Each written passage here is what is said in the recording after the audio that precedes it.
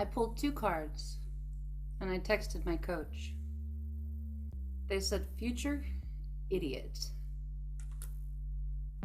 Future idiot. Do you think it's me? I asked her. I don't know, she replied.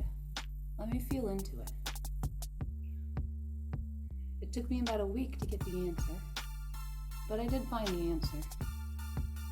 The good news is it wasn't me who was the future idiot. I had the opportunity to be.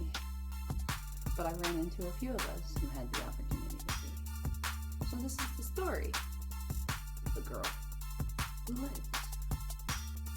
Welcome. I'm Jack, and also known as Amusing Jax online. Perhaps you've seen me. And I'm welcoming you to Tuesdays. Tues Tea with Jax. This is a new feature that I plan to be doing. I am looking to build a little bit more community, get to know some more people, and provide a little bit of sunshine, laughter, and perhaps opportunities for education and finding our way through in a very chaotic time. So thank you for joining me, and let me tell you the rest of my story.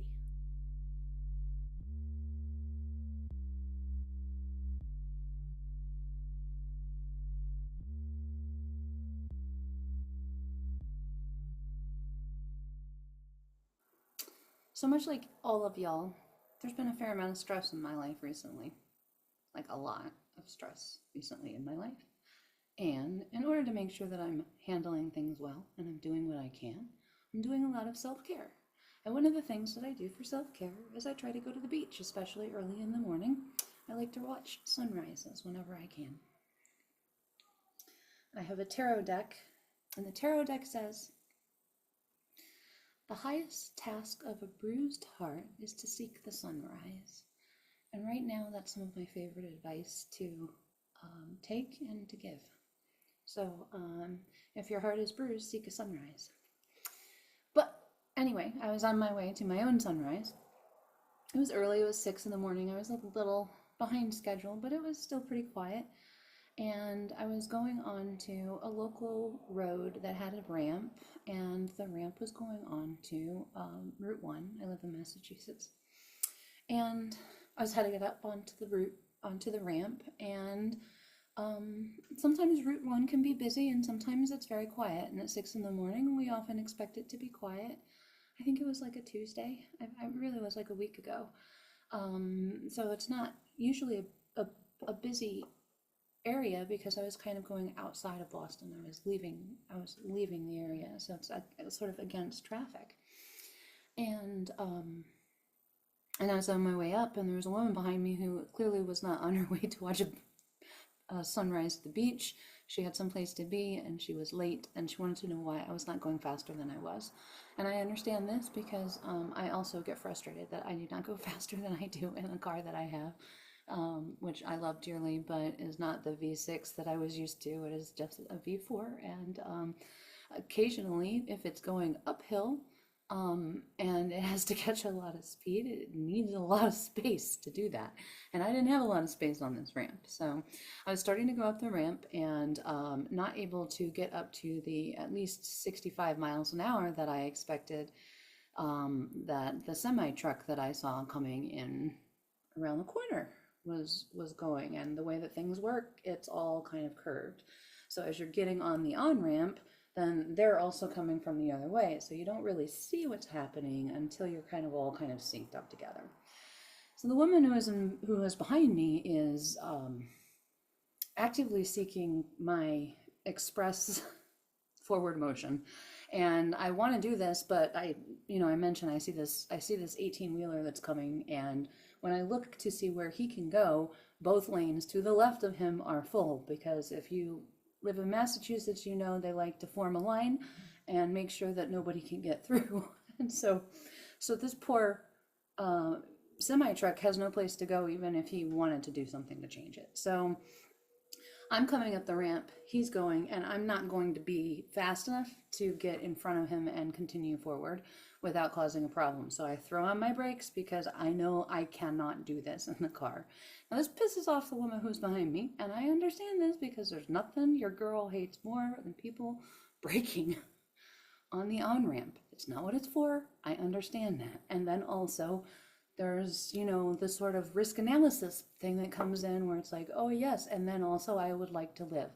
So I was going for the, hey, I think I want to live part of it instead of, I don't want to inconvenience you. And though it was frustrating, and I'm sure she would have not liked to rear end me, I know the whole world is out there scamming people at different ways of doing it by throwing on their brakes, and it's really too bad because sometimes people are throwing on their brakes and it's to your benefit. So that's actually a big part of kind of where I was going to go with a lot of this. So in this moment, the woman who is behind me has an opportunity to make a choice, and she can't see the semi is coming yet. She can only see I'm not going fast, and she wants to get around me.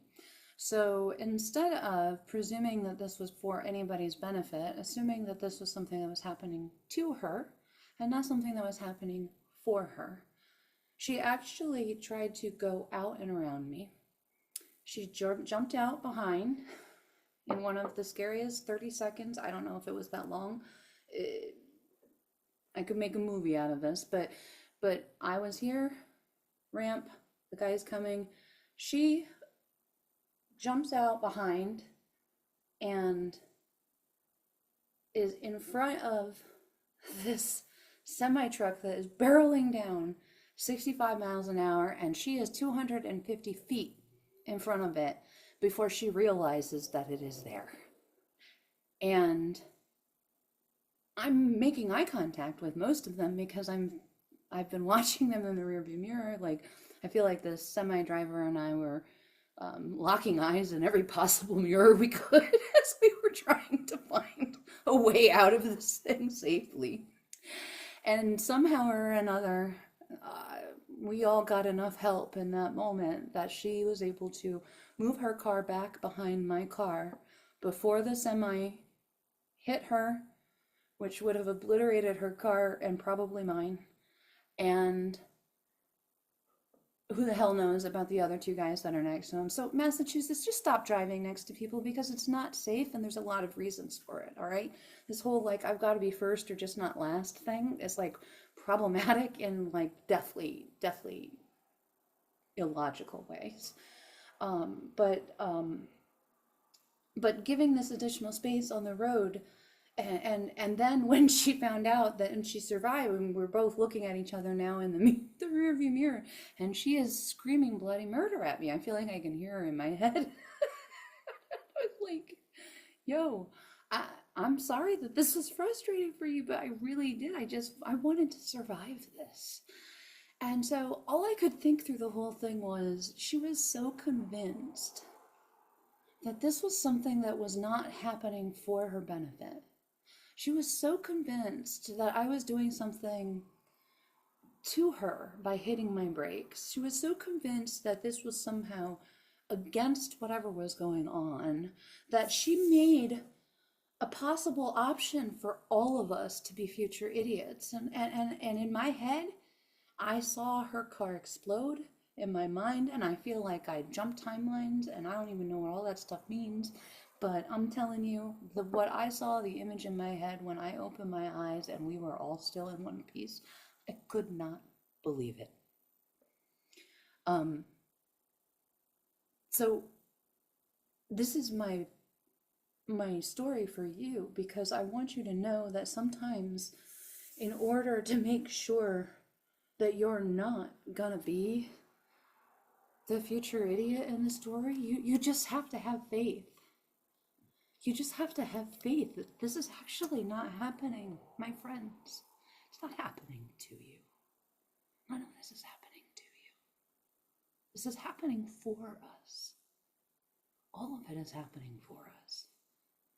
So we can stop being so afraid, we can stop being so angry, we can stop being so anxious, we can relax into what is going to be different. Yes, it is crazy. Yes, it is different.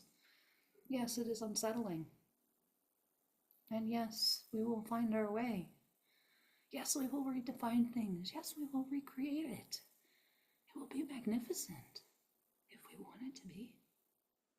I come from a family of drivers. My father drove for Greyhound. Everybody who knows me knows that I brag about this all the time.